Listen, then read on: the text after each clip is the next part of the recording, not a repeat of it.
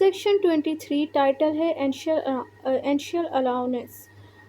सो इस सेक्शन में बेसिकली ये बताया गया है कि एंशियल अलाउंस है क्या, ये कब अलाउ होती है आपको और किस हद तक अलाउ होती है। सो एंशियल अलाउंस बेसिकली एक तरह की डिडक्शन है जो कि आप अपनी बिजनेस इनकम को रिड्यूस करने के लिए एक टैक्स पेयर यूटिलाइज़ कर सकता है ताकि उसकी टैक्स लायबिलिटी कम बने।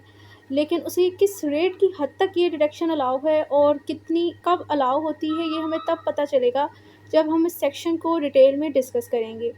सो सबसेक्शन 1 ये कहता है कि a person who plays N eligible depreciation asset into service in Pakistan for the first time in a tax year shall be allowed a deduction hereafter referred as an annual allowance computed in accordance with subsection 2, provided the asset is used by the person for the purpose of his business for the first time or the tax year in which commercial production is commenced, whichever is later. So यहाँ पर subsection में ये बताया गया है कि अगर कोई बंदा पहली दफ़ा पाकिस्तान में किसी टैक्स ईयर के अंदर कोई एलिजिबल डेप्रिसिएशन एसेट इस्तेमाल करता है। डेप्रिसिएशन एसेट वो होता है जिसकी एसेट की वैल्यू टाइम के साथ जो है वो घटती है। तो वो कह रहे हैं कि अगर कोई पर्सन किसी टैक्स ईयर के अंदर कोई डेप्रिसिएशन एसेट इस्तेमाल करता है तो उससे उस एसेट के लिए डेप्रिसिएशन डिडक्शन के साथ साथ एंशियल अलाउंस की डिडक्शन भी अलाउ होती है कि वो क्लेम कर सकता है। और एंशियल अलाउंस की डिडक्शन वो किस तरह क्लेम करेगा वो कैलकुलेट की जाएगी जो सबसेक्शन 2 जो है इसी सेक्शन में तरीकाकार बताया गया है उसके मुताबिक। लेकिन ये एंशियल अलाउंस की डिडक्शन उसे कब अलाउ है, ये इसकी प्रोवाइज़ो में बताया गया है कि इसके हवाले से डिडक्शन एंशियल अलाउंस की डिडक्शन को क्लेम करने के हवाले से 2 पर्सपेक्टिव हैं। मतलब इन दोनों में से किसी एक टाइम आप ये अपना ये ऑप्शन अवेल करोगे।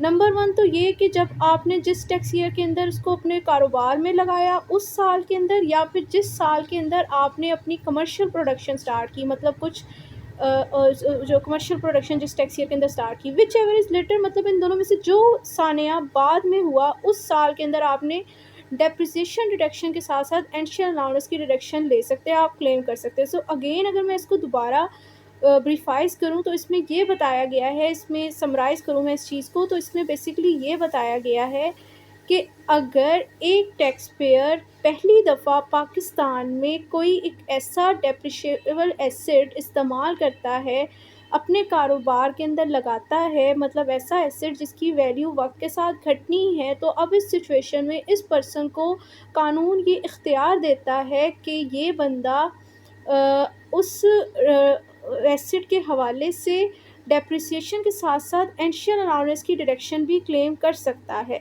अब एंशियल अलाउंस की डिडक्शन वो किस हद तक क्लेम कर सकता है ये उसको पता चलेगी। ये तरीका बताया गया है कि कितनी क्लेम कर सकता है, जो सेक्शन सबसेक्शन 2 में सेक्शन के बताया गया ना उस तरह।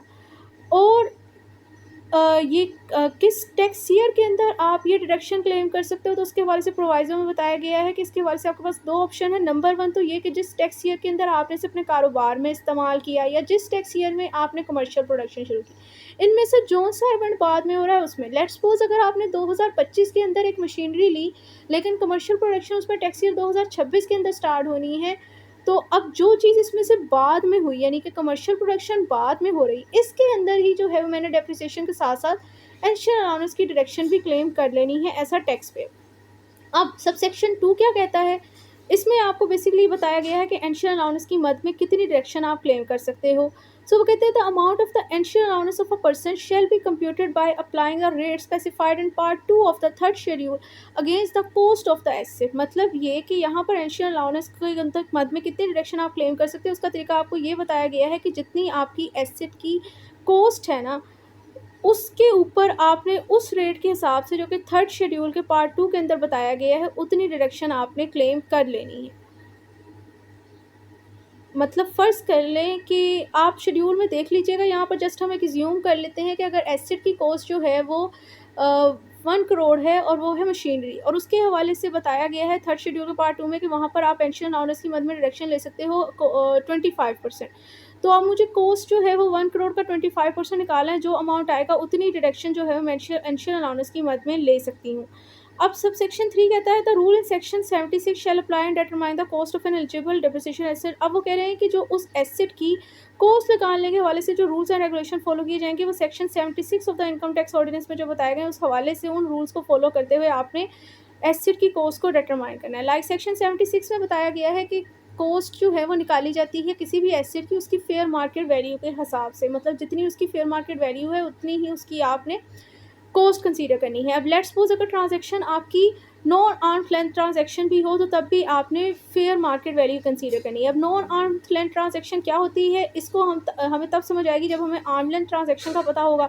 इन दोनों का हमें पता होगा तो फिर ही हमें ये चीज़ समझ आएगी। सो आर्म लेंथ ट्रांजैक्शन मतलब आर्म लेंथ से मुराद है कि ऑन इक्वल फिटिंग, यानी कि जब ट्रांजैक्शन दो पार्टीज़ के दरमियान जब हो रही है, जब वो दोनों आपस में इक्वल फिटिंग में है, यानी इंडिपेंडेंट पार्टीज़ हैं, उनमें कोई किसी के ऊपर डोमिनेट पोजीशन में नहीं है। दोनों आपस में डोमिनेट पोजीशन मतलब ना कोई रिलेटिव ना कोई किसी और किस्म का रिलेशनशिप नहीं है, तो उनके दरमियान एक फेयर ट्रांजैक्शन हो रही है, जितनी उस चीज़ की वैल्यू है उतनी पे ही वो सेल आउट हो रही है। अगर तो ऐसी ट्रांजैक्शन हो तो वो आर्म लेंथ ट्रांजैक्शन होती है। और नॉन आर्म ट्रांजैक्शन में मुराद ये है कि नॉट इक्वल फिटिंग मतलब दोनों पार्टीज इक्वल पोजीशन पे नहीं है, उनमें डोमिनेंसी का एलिमेंट शामिल है, कोई एक पार्टी दूसरे पर डोमिनेट है तो उस अनड्यू इन्फ्लुएंस को इस्तेमाल करते हुए अपने इस रिलेशन का फ़ायदा उठाते हुए उससे वो कम वालियत में वो चीज़ खरीद रही है या बेची जा रही है ताकि टैक्स से बचा जा सके, क्योंकि जितना कम मुनाफा उतनी कम इनकम उतना कम टैक्स। तो नॉन आर्म ट्रांजैक्शन में ये होता है। सो अगर नॉन आर्म ट्रांजैक्शन भी होना तो वहाँ पर भी बेसिकली यही बताया गया है सेक्शन 76 में कि तब भी हम लोगों ने कॉस्ट एसेट की जो है वो कॉस्ट को ही कंसीडर करनी है जो उसकी फेयर मार्केट वैल्यू।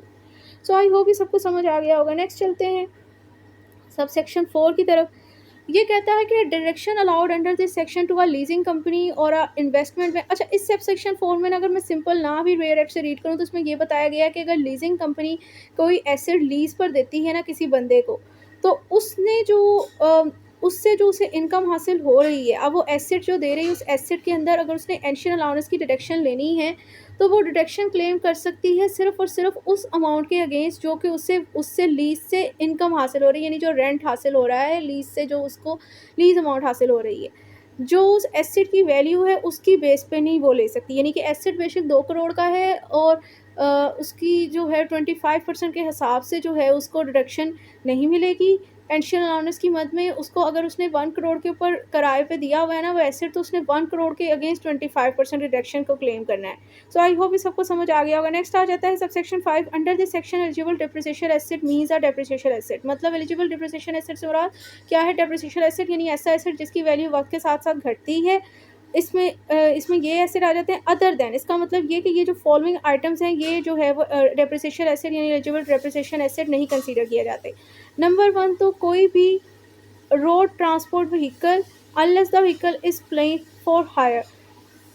अच्छा इसमें ये बताया गया है कि अगर तो कोई भी जो गाड़ियाँ वगैरह हैं ना वो आपकी यानी जो प्राइवेट पर्पज़ के लिए इस्तेमाल हो रही हैं वो आपकी डेप्रिसिएशन एसेट की कैटेगरी में नहीं आती। लेकिन अगर वो किराया उससे दिया जा रहा है, किराए पर वो चल रही वगैरह, तो उसका मतलब ये कि पब्लिक ट्रांसपोर्ट जो है वो डेप्रिसिएशन एसेट की कैटेगरी में आती है और प्राइवेट ट्रांसपोर्ट नहीं आती। इसी तरह कोई भी फर्नीचर जिसमें फिटिंग भी शामिल, फिटिंग वो जो कि जिस तरह के घर के अंदर अटैच जो है वो अलमारियाँ नहीं बनी होती, मतलब जो चीज़ें अटैच हों आपके घर के साथ घर की दीवारों में, तो वो सारी चीज़ें जो हैं वो फिटिंग की कैटेगरी में आती है। तो ये भी जो है वो डेप्रिसिएशन एसेट की कैटेगरी में नहीं आता। इसी तरह कोई प्लांट और मशीनरी जो कि पहले से ही इस्तेमाल हो गई पाकिस्तान, मतलब जो सेकंड हैंड इक्विपमेंट्स होते हैं, सेकंड हैंड मशीनरी जो पहली दफ़ा नहीं यूज़ हो रही, वो डेप्रिसिएशन एसेट नहीं आती। अब ये आप देख सकते हो कि ये चीज़ें डेप्रिसिएशन एसेट की कैटेगरी में नहीं आती। इसका मतलब ये कि इनके अगेंस्ट आप एंशियन अलाउंस की डिडक्शन भी क्लेम नहीं कर सकते। अब उसके अलावा हमारे पास आ जाता है कि कोई भी प्लांट और मशीनरी जिसके नज़दीक आप पहले ही किसी इनकम टैक्स ऑर्डिनेंस की किसी और सेक्शन के अंदर डिडक्शन को क्लेम कर चुके हो, उसकी पूरी कॉस्ट के अगेंस्ट जिस टैक्स ईयर में वो एसेट आपने लिया था उसी टैक्स ईयर में आपने ओवरऑल उसकी पूरी कॉस्ट की जो है वो डिडक्शन के तौर पर ले ली थी, तो ये भी जो है वो नहीं आती, डेप्रिसिएशन एसेट की कैटेगरी में नहीं आती। और इसी तरह कोई इमूवेबल प्रॉपर्टी भी डेप्रिसिएबल एसेट की कैटेगरी में नहीं आती। इसी तरह आप किसी गैर मनकूला जायदाद में किसी किस्म की कोई स्ट्रक्चरल इंप्रूवमेंट करते हो तो वो भी डेप्रिसिएबल एसेट की कैटेगरी में नहीं आती। अब ये चीज़ें इसमें नहीं आती, इसका मतलब ये कि इनके अगेंस्ट एंशियन अलाउंस की डिडक्शन भी आप क्लेम नहीं कर सकते। तो इसी के साथ हमारा सेक्शन 23 कंप्लीट हो गया। नेक्स्ट वीडियो में इंशाल्लाह हम लोग नेक्स्ट सेक्शन को कवर करेंगे।